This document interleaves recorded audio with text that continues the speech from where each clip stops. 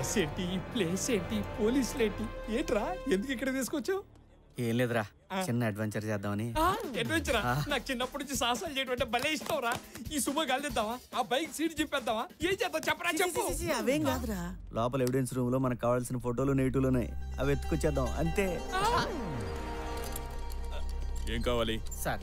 DCP గారిని కలవాలి sir. ఈ రోజు కలవటం కుదరదు. ఈ రోజు అలాగని కలవాలి సార్. చెప్తుంటే అర్థం కావట్లేదయ్యా. ఎవరు మీరు? నేను విష్మేకర్ ఫౌండేషన్ వాలంటీర్ అండి. ఇతను క్యాన్సర్ పేషెంట్ సార్, తొందరలోనే పోతాడు. ఇలా సడన్గా పోయేవాళ్ళు ఆఖరి కోరిక తెచ్చడం మా ఫౌండేషన్ లక్ష్యం అండి. ఇతనికి వన్ డే ఏసీపీగా ఉండాలన్నది కోరిక సార్. మేము కమిషనర్ గారి దగ్గర పర్మిషన్ లెటర్ కూడా తెచ్చాం సార్.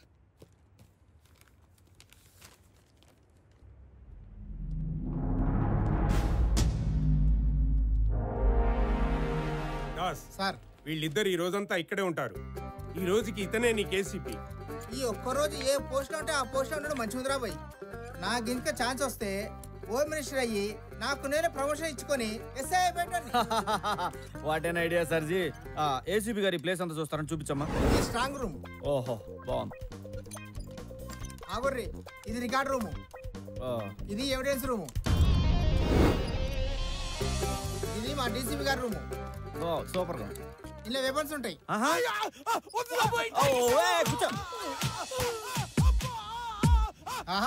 ఏసీపీ గారికి అన్నేరుక మస్తు హుషారున్నాడు.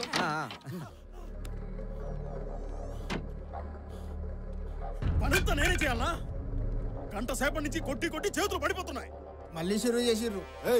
అంత ముందు గంట సేపు నేను కొట్టాను కదా, ఎవరు చేసే పని వాడు చేయాలి. నువ్వు కొట్టింది వాడిని ఐస్ మీద పడుకోబెట్టి, కింద ఉంటాడు కాబట్టి అది చాలా ఈజీ. ఇప్పుడు ఆయన పైన కట్టేసి కొడుతున్నాను. కొట్టి కొట్టి ఒళ్ళు హోనమైంది.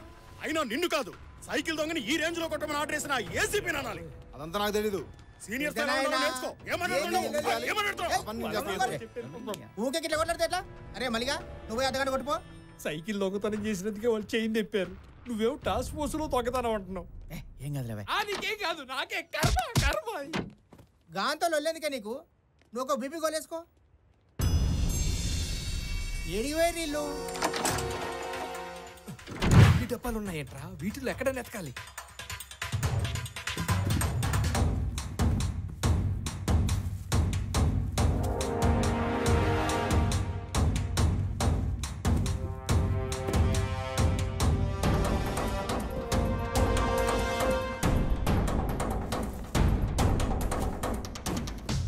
ఒరే సినిమా స్క్రిప్ట్ రా. ఒరే ఇలా అయితే రోజంతా ఎదిగినా కష్టం రా. 2010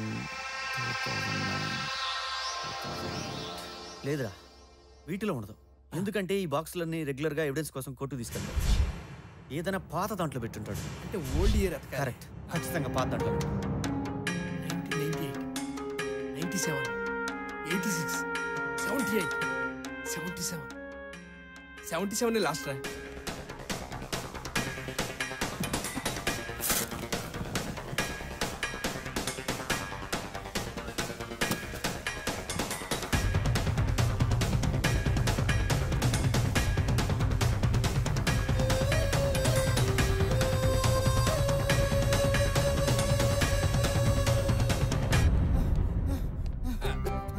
ఏడివేరా బాయ్. ఏసీపీ గారు ఈ ఏరియాలోకి బీటుకు వచ్చారు. సరే నడు రే, ఇంకో బ్లాక్ చూపిస్తా.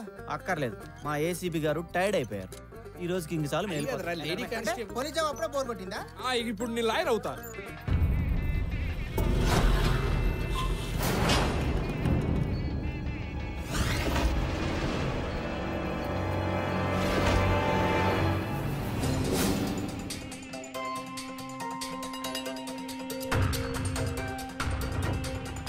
అదే లేదండి, మంచి ముహూర్తం అని సడన్ గా పెట్టుకున్నాం. మీరు తొందరగా వచ్చేయండి, టైం అవుతుంది.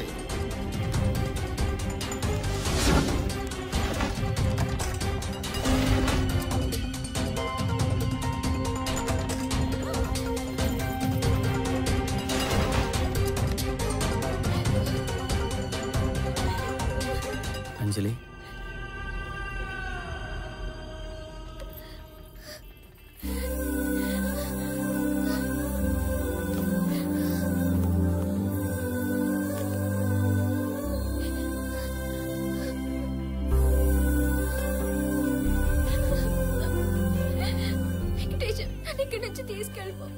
ప్లీజ్ నన్ను ఇక్కడి నుంచి తీసుకెళ్ళిపో. ఎక్కడికి? నీ ఇష్టం. ఇక్కడే ఉంటే వాడు ఎవడికో ఇచ్చి పెళ్లి చేసేస్తారు. లేదు, నీ పెళ్లి నాతోనే జరుగుతుంది. అయ్యో నీకు అర్థం కావడం లేదు. మా నాన్న ఆల్రెడీ డిసైడ్ అయిపోయాడు. తను ఒక్కసారి అనుకుంటే ఎవరు చెప్పినా వినడు. మన పెళ్లి జరగనివ్వడు. ప్లీజ్ వెంకటేశ్వర నన్ను తీసుకెళ్ళు. అంజలి, నువ్వు ఎక్కడున్నావో నాకు నేను తెలుసుంటే ఖచ్చితంగా లేపుకెళ్ళేవాడిని. కానీ నిన్ను నాకు ఆవిడ తగిలేడు. అతను తన కూతురు కోసం పడే తపన, తనకేమవుతుందని పడే బాధ, అవన్నీ చూశాక నేను ఇప్పుడు ఆ పని చేయలేను. బయట మీ నాన్నని చూశాను. ఆయన చాలా సంతోషంగా ఉన్నారు. ఆయన అంతే సంతోషంగా నిన్ను నా చేతుల్లో పెడతారు. నా మాట నమ్ము. అయ్యో అర్థం చేసుకో, అది జరిగే పని కాదు. లేదు, నేను చెప్తున్నా కదా, నన్ను నమ్ము, జరుగుతుంది.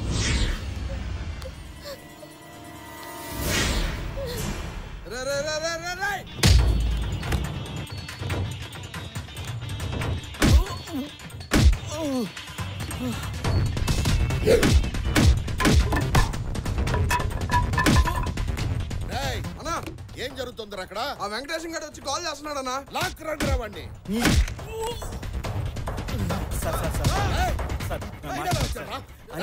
ప్రాణం సార్, తను చాలా బాగా చూసుకుంటాను సార్. మాట్లాడమని sir, please sir. Sir sir sir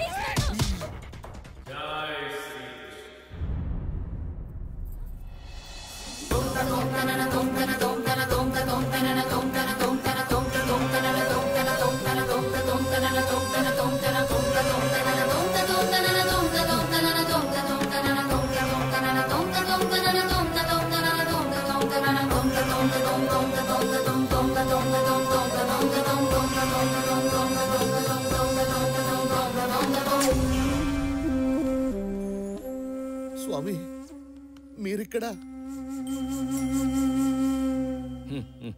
చేసిన తప్పును సరిదిద్దుకుందామని వచ్చాను. మా తప్పటడుగును సరిదిద్దే మీరు తప్పు చేయడం ఏమిటి స్వామి?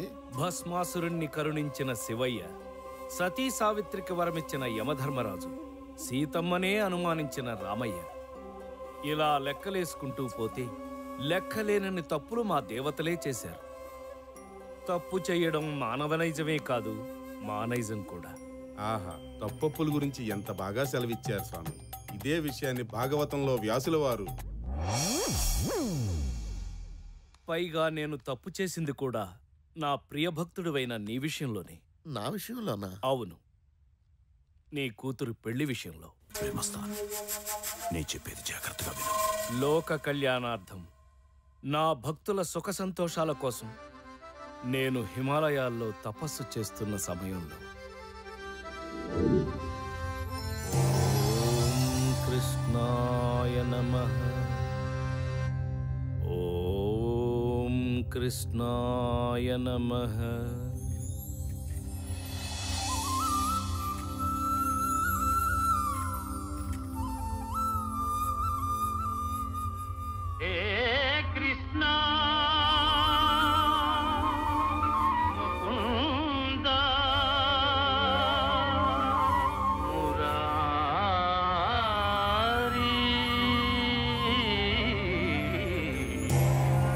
కృష్ణ, ఎలా ఉన్నావు మిత్రమా? నీకు దూరంగా ఉన్న నేను ఎలా ఉంటాను చెప్పు? ఏదో ఇలా ఉన్నాను. బాధపడకు మిత్రమా, ఇకపై నాతోనే ఉందువు గాని. పద, వైకుంఠానికి వెళ్దాం. ఆ రోజు ఎంత గమ్మత్తు జరిగింది. తిరిగి చూస్తే గొడవ పెట్టిన వసంతుడు లేడు, అన్న బలరాముడు లేడు.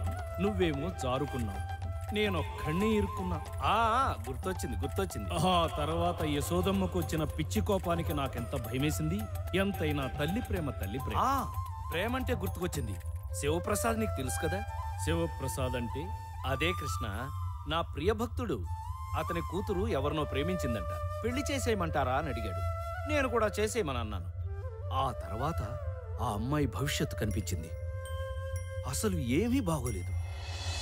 అందుకే నేనే వద్దన్నాను. మిత్రమా, కృష్ణ, ఎన్నిసార్లు చేసిన తప్పులే చేస్తావు. అప్పట్లో అమర ప్రేమికులమైన రాధకు నాకు పెళ్లి కాకుండా చెడగొట్టింది నువ్వు. అందుకే ద్వాపరయుగం నుంచి నేటి వరకు కొన్ని వేల దేహాలు మార్చావు. బృందావనంలో ఉండవలసిన వాడివి భూలోకంలో ఉన్నావు. ఇప్పుడు మళ్ళీ అదే తప్పు చేశావు. ఇద్దరు ప్రేమికులను విడగొట్టావు. అంటే స్వామి, అంజలి భవిష్యత్తు మొత్తం సర్వ కష్టాలు పడుతుందని ఏది గతం, ఏది నేడు, ఏది రేపు, భూత వర్తమాన భవిష్యత్తులు సర్వం నేను కాదా? ఆ అమ్మాయి భవిష్యత్తు మొత్తం ఈ క్షణమే మారుస్తుంది. తను ప్రేమించిన వాడిని చేసుకుంటే సకల సంతోషాలతో అష్టైశ్వర్యాలతో తొలతూగుతుంది. కష్టమన్నది తన దరిదాపులకు కూడా రాదు. నాది పూచి. వెళ్ళు, త్వరగా వెళ్ళి తప్పును సరిదిద్దుకో. అప్పటిదాకా నీకు వైకుంఠ ప్రవేశం నిషిద్ధ. కృష్ణ వెళ్ళు. చూడు శివప్రసాద్, స్వామి, నిన్ను ఏనాడు ఏదీ అడగలేదు. కానీ ఈరోజు నా తరపున, నా ఆత్మబంధువు శ్రీకృష్ణుడి తరపున అడుగుతున్నా. నీ కూతుర్ని తను ప్రేమించిన వెంకటేశానికే ఇచ్చి పెళ్లి చెయ్యి. Okay sir. ఆపరా నీ డ్రామా. నువ్వొక దేవుడివి, నీకు ఆ దేవుడు చెప్పాడు. బావగారు ఏంటండి మీరు కూడాను? గంటలో పెళ్లి ముహూర్తం పెట్టుకుని పందిట్లో ఇంతమందిని పెట్టుకుని వాడేదో హిమాలయ పర్వతాలు వైకుంఠం అని సొల్లు కబుర్లు చెప్తుంటే ఏం మాట్లాడుతున్నావు గజపతి? ప్లీజ్ సార్, నేను చెప్పేది వినండి. ప్రూఫ్ లేకుండా నేనేది మాట్లాడను. నా దగ్గర కంప్లీట్ ఎవిడెన్స్ ఉంది. వీడు మిమ్మల్ని, నన్నే కాదు, మనలా చాలా మందిని దేవుడి పేరుతో మోసం చేశాడు. వీడి మీద మాకు చాలా కంప్లైంట్స్ వచ్చాయి. మేము ఎంక్వైరీ మొదలెట్టాం. దాంట్లో తేలింది ఏంటంటే రైల్వే స్టేషన్లో ఆ ముసలాన్ని చంపింది వీడే. ఆ తర్వాత పరకాయ ప్రవేశం అనే డ్రామా మొదలెట్టాడు. దానికి సంబంధించిన ఫొటోస్ ఈ బాక్స్లో ఉన్నాయి. నిజస్వరూపం బయటపడుతుందని తెలిసి అంతర్ధానం తొక్క తోటకూర అని జంప్ అవ్వాలని ట్రై చేశాడు. చివరికి ఏమనుకున్నాడో ఏమిటో ఇలా ఇక్కడ తేలాడు. జై శ్రీకృష్ణ. ఆపు, ఇదే నీ ఆఖరి శ్రీకృష్ణ. ఇదిగో ఎవిడెన్స్.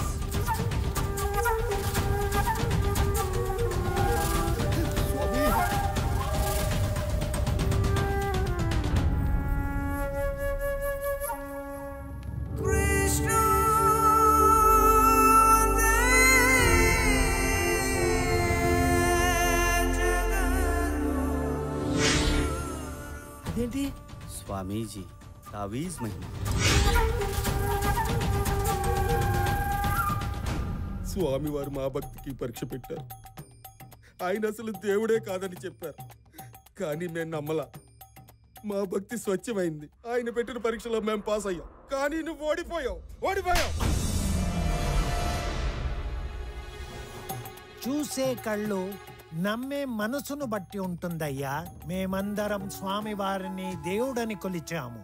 నువ్వేమో దయ్యమని ప్రూవ్ చేద్దామనుకున్నావు. చూసావా ఎవరు గెలిచారో? ఇంకా ఈడితో మాట్లాడరా, వేసేయండి.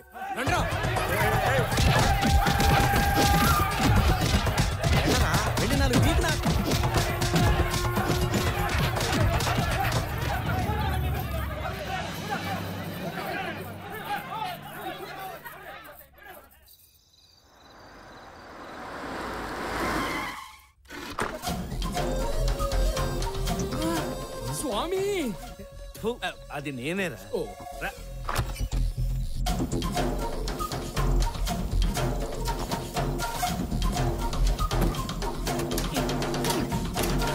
తాళం వాడి దగ్గరే ఉండిపోయింది. ఇది ట్రై చేయండి సార్. ఫోటోలతో పాటు బాక్సులో ఉంది.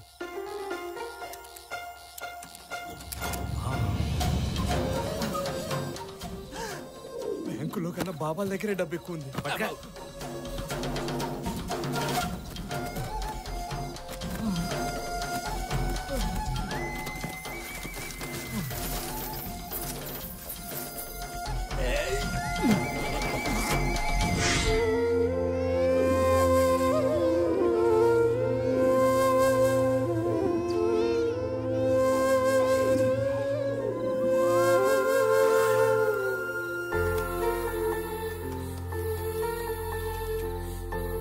ఈ 10 లక్షలు నేను బ్రతకడానికి, ఈ 10 లక్షలు పాప ఆపరేషన్కి, నాకు ఇవి చాలు. ఈ మిగతా డబ్బు తీసుకెళ్లి వెంకటేశానికి ఇచ్చి చిన్నపిల్లలకి హాస్పిటల్ కట్టించమని చెప్పు. అక్కడ ప్లాస్టర్ దగ్గర నుంచి క్యాన్సర్ మందుల దాకా అన్ని ఫ్రీగా ఇవ్వాలని చెప్పు. ఇంత డబ్బు వెంకటేశంకి? వాడి మీద నాకు ఆ నమ్మకం ఉంది. ఆ రోజు నుంచి ప్రసాద్ అలియా స్వామీజీ ఎవరికీ కనిపించలేదు. ఏమైపోయాడో, ఎక్కడున్నాడో ఎప్పటికీ ఎవరికీ తెలియదేమో.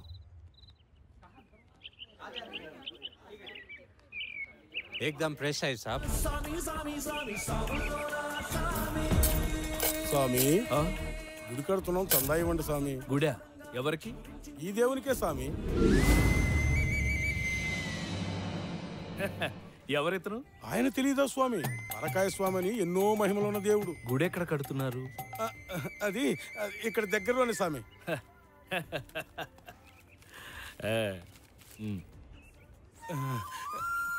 స్వామి దామ్. నాన్న వాళ్ళకి ఎందుకు నాన్న అన్ని డబ్బులు ఇచ్చావు? నీ ఆపరేషన్కి డబ్బులు ఇచ్చింది ఆ దేవుడేనమ్మా.